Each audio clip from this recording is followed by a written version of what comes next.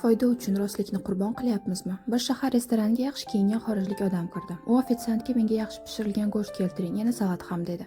Erkak birinchi luqmani og'ziga solar-solmas yana tishimning og'rig'i tutdi deya baqirdi. Qo'lda katta sumka ko'targancha boshqa bir xorijlik uning yoniga yaqinlashdi. U sumkasidan kichik bir shisha idish chiqardi. Qo'ldagi paxtani shishaga botirib, "Iltimos, og'riyotgan tishingizga suring" dedi.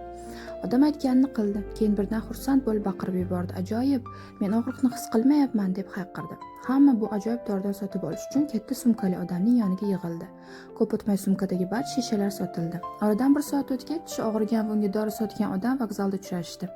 O'sha shaharchada ishlar yaxshi ketayotganini aytib, bir-birlarini tabriklashdi va birozdan keyin keladigan poyezdni kuta boshlashdi. Shu payt ikki politsiyachi ularni hibsga oldi. Soxta dori ichganlardan biri dardidan qutula olmagach, to'g'ri militsiyaga buning xabarini bergan edi. Nazoratchi ularni oldiga olib, "Siz qaysi dindansiz?" deb so'radi. Boshlarini yerdan ko'tarmay, "Biz musulmonmiz, alhamdulillah" deyishdi. Buni eshitib, bosh nazoratchining yanada jahli chiqdi. Payg'ambarimiz sollallohu alayhi vasallam kim bizni aldasa bizdan emas deb aytganlarini bilmaysizlarmi deya ularni bu ishlari uchun jazoga tortdi.